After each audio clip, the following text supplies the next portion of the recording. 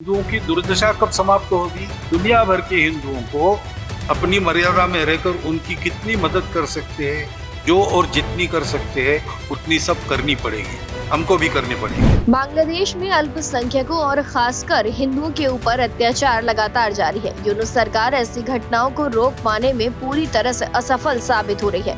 वहीं दूसरी तरफ युवा नेता उस्मान हादी की मौत के बाद बांग्लादेश में हालात और खराब होते दिख रहे हैं। बांग्लादेश में हिंदुओं पर हो रहे अत्याचार को लेकर आरएसएस प्रमुख मोहन भागवत ने एक बड़ा बयान दिया है। उन्होंने कहा कि वहां हिंदुओं को एकजुट होना होगा। साथ ही उन्होंने कहा कि दुनिया भर के हिंदुओं को उनकी मदद के लिए आगे आने की जरूरत है। उन्होंने ये बातें कोलकाता में आयोजित एक कार्यक्रम के दौरान कही हैं। क्या कुछ कहा आरएसएस प्रमुख मोहन भागवत ने, आइए सुनते हैं। सामाजिक दृष्टि से देखने वाला मैं इसका उत्तर ऐसे ही दूंगा, हिंदुओं की दुर्दशा कब समाप्त होगी? वहां माइनॉरिटी है, एकदम वहां जरा कठिन है, फिर भी जो मैक्सिमम बचाव हो सकता है उसके लिए वहां के हिंदू को इकट्ठा रहना पड़ेगा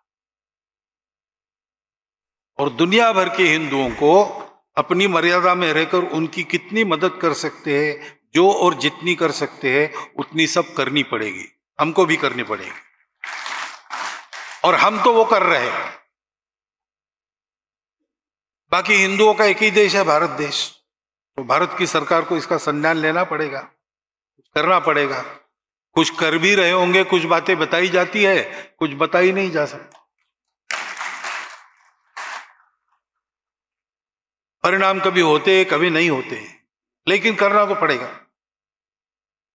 और इधर हम लोगों को संगठित होके समाज के नाते पक्का खड़ा रहना पड़ेगा। एक संघ हिंदू समाज अगर खड़ा होता है तो बंगाल में परिस्थिति बदलने के लिए कोई समय लगेगा नहीं।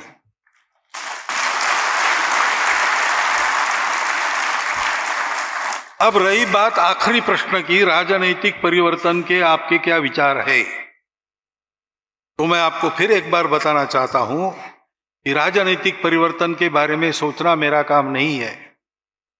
हम समाज परिवर्तन का सोच के संघ का काम कर रहे हैं।